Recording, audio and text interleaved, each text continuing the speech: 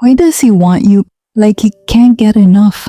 Touch you, look at you like you're everything he ever wanted, and then suddenly act like you don't even exist. How can someone go from intense desire to complete indifference so fast?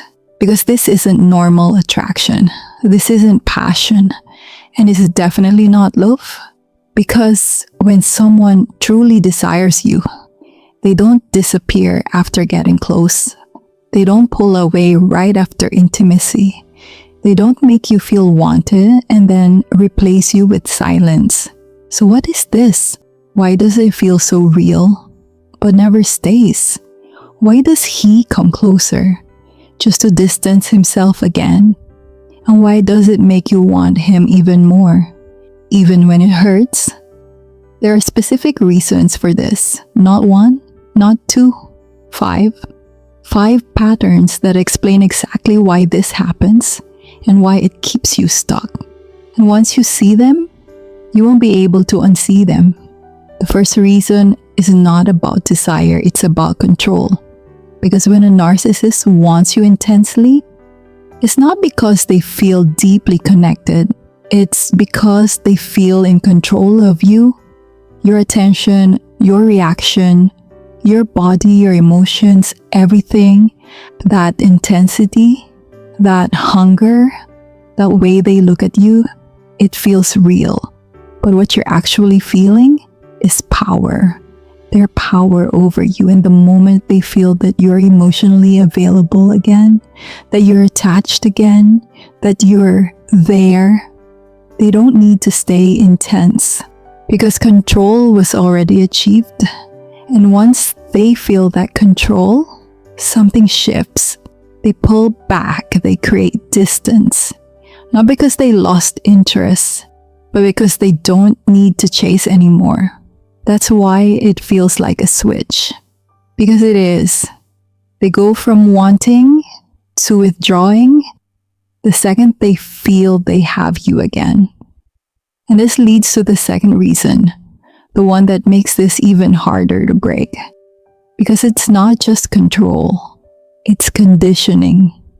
The second reason this feels so strong is because your brain gets hooked on inconsistency. Not stability, inconsistency. When someone wants you all the time, your brain relaxes. But when someone wants you intensely and then disappears, your brain doesn't understand. It tries to fix it, to figure it out, to get that version of them back. And that's where the attachment begins. Because now, you're not just responding to them. You're chasing the feeling they created. That version of them that made you feel desired, that made you feel chosen, that made you feel wanted. And the more they alternate between closeness and distance, the stronger that attachment becomes. Because now it's not just emotional, it's neurological. You start craving the return, not the person, the return. The third reason this happens is something most people don't even realize while it's happening. Because it doesn't feel like manipulation, it feels like connection. But what's actually being created is dependency, not emotional connection, dependency. And the difference between those two things is everything. Because real connection makes you feel safe, stable, seen. But dependency makes you feel anxious, uncertain, replaceable. And yet, you stay. You stay because the moments of closeness feel too good to let go of. Those moments where they want you, where they choose you, where they focus entirely on you. Those moments feel intense, almost addictive. And that's not by accident.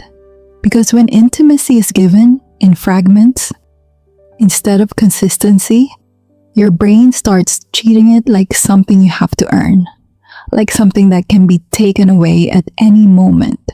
So you start adjusting, and without noticing, you become more careful with what you say, more aware of how you act, more focused on not losing that version of them. You try to maintain the closeness. You try to stay in that phase. You try to avoid the distance, and slowly, without realizing it, you stop being yourself. Because now, you're not just in a relationship. You're inside a dynamic that requires performance. And the reward for that performance is attention, desire, closeness. But only sometimes. And that only sometimes is what keeps you trapped. Because if it was always bad, you would leave. If it was always cold, you would detach.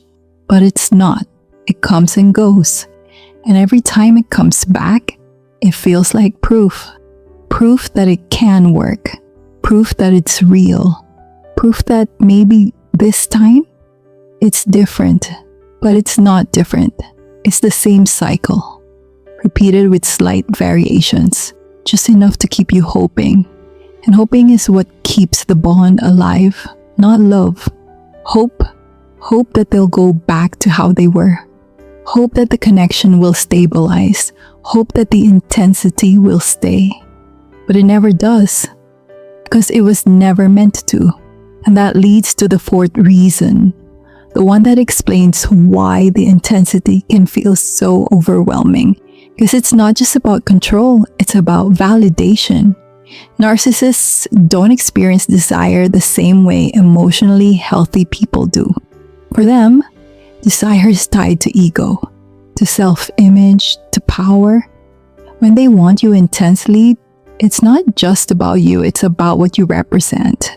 Attention, admiration, access, and most importantly, reflection.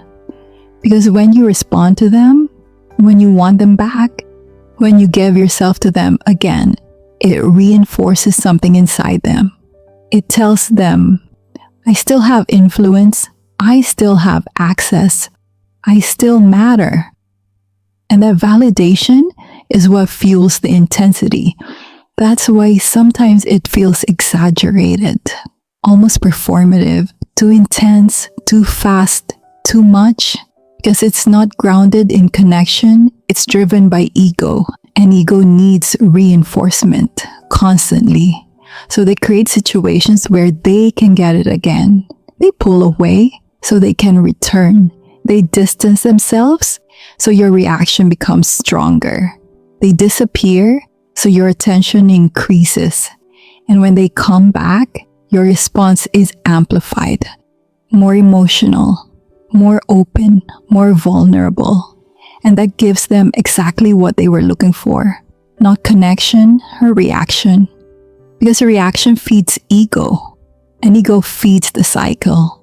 And the more this repeats, the more confusing it becomes for you. Because now you're not just dealing with behavior.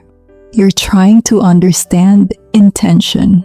Trying to make sense of something that doesn't follow logic. Because one moment, it feels real. And the next, it feels empty. And your mind keeps trying to reconcile those two realities. How can someone feel this intense and then act like nothing happened? How can something feel so real and then disappear so easily? And the answer is uncomfortable because it means those moments weren't what you thought they were. They felt real to you, but they served a different purpose for them. And once you start seeing that clearly, the illusion begins to break. And the fifth reason is the one that hurts the most, because it's the one people resist seeing, even when it's right in front of them. Because sometimes it's not that they lost interest in intimacy. It's not that they stopped desiring. It's not even that something changed. It's that they redirected it to someone else. And that's when everything starts to feel even more confusing. Because with you, it was inconsistent, unpredictable, hot and cold. But then suddenly, you see them being present, available, engaged with someone new, and your mind tries to understand why them, why not me, why now? And this is where most people get trapped, in the most painful illusion of all. Because it looks like they're capable of consistency. It looks like they've changed. It looks like they're finally doing it right. But what you're seeing is not necessarily the truth. It's a phase, a repetition, a different beginning of the same cycle. Because what you experienced was not about you being not enough. It was about the dynamic itself. The same intensity, the same closeness, the same desire that you experienced in the beginning is very likely happening again with someone else. And eventually, the same pattern tends to repeat because the pattern is not created by the person they're with. It's created by them. But here's the part that changes everything. Even if they do give consistency to someone else, even if they stay longer, even if it looks more stable, that still doesn't change what happened to you. It doesn't mean you imagined it.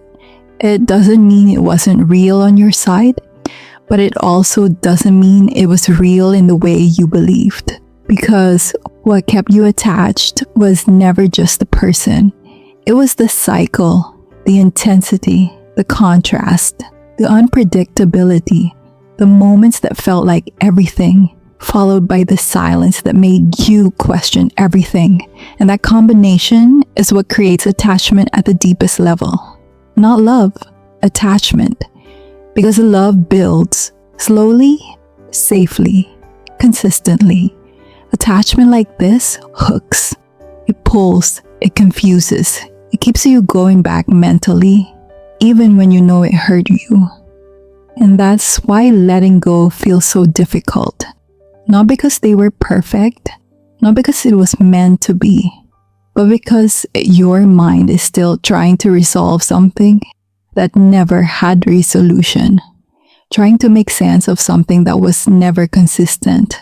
Trying to find clarity in something that was designed to confuse.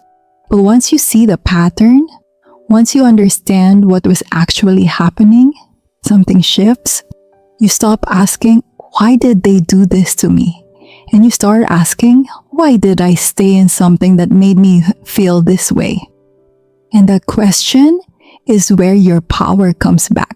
Because now it's not about them anymore. It's about you, your awareness, your boundaries, your ability to recognize the pattern before it pulls you in again. Because once you see it clearly, the intensity loses its grip. The confusion starts to fade.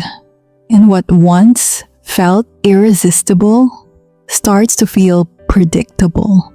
And when something becomes predictable, it loses its power over you, and that's when you stop chasing the feeling. That's when you stop waiting for the version of them that only existed in moments. That's when you stop confusing intensity with connection, and that's when everything changes, because now you're not reacting anymore. You're seeing, and once you truly see, you don't go back the same way again.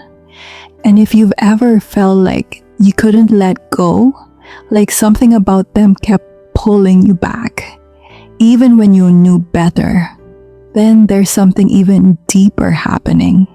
Something that has nothing to do with them anymore, and everything to do with what this dynamic does inside your mind. That's exactly what I'm going to break down next.